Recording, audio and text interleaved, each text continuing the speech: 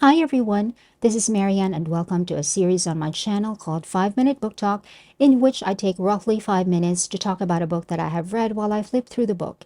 And in this video, I'll be talking about the book But for the Lovers, which is a novel written by Wilfrido Nolledo.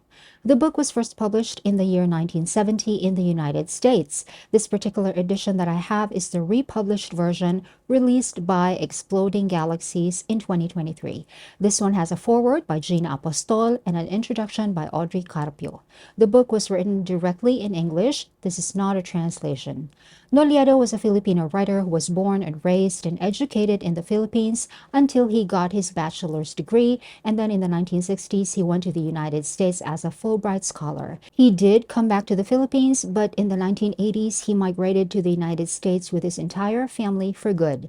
Nolledo was a well-recognized writer in the Philippines for his fiction, but this novel, But for the Lovers, was what made him popular in the United States in the early 1970s.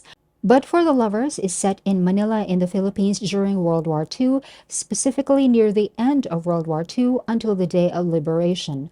World War II came to the Philippines on December 8, 1941, and Manila was declared an open city on January 2, 1942, and that was also the beginning of the Japanese occupation of the Philippines.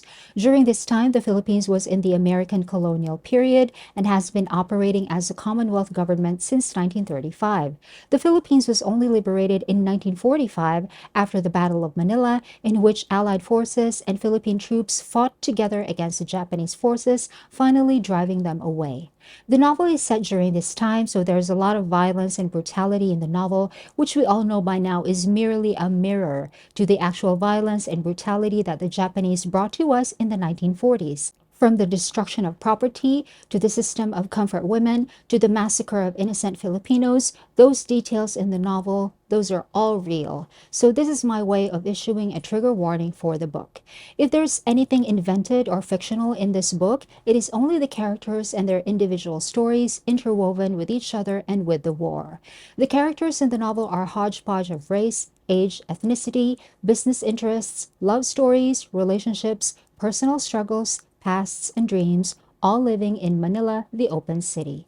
There's an old Spanish man named Hidalgo del Anuncio, quite ironically, because Hidalgo is the Spanish word for an aristocrat, but he's not an aristocrat in the novel. He's a retired vaudeville performer. He has someone working for him as kind of a servant who was a common street thief named Molave Amoran, who was a Filipino, and Hidalgo has also adopted a prepubescent girl that Molave Amoran has found on the street. Hidalgo and the girl lived in a room of this decrepit, decaying tenement building called Ojos Verdes apartment, which can be translated into Green Eyes apartment, and this apartment is being run by their landlady named Tira Colombo, who has a checkered past as well, and she seems to have no hesitation telling other people about it. Several Japanese soldiers were also characters in the novel, and of course they were portrayed with such nuance. One Japanese military officer was portrayed as someone who truly believed in the purpose of the war. He believed it was a necessary war and that Japan will win. Other Japanese soldiers, on the other hand, were shown to be lost and scared. Some have befriended the Filipinos and tried to be part of the community, but many of them were really just evil.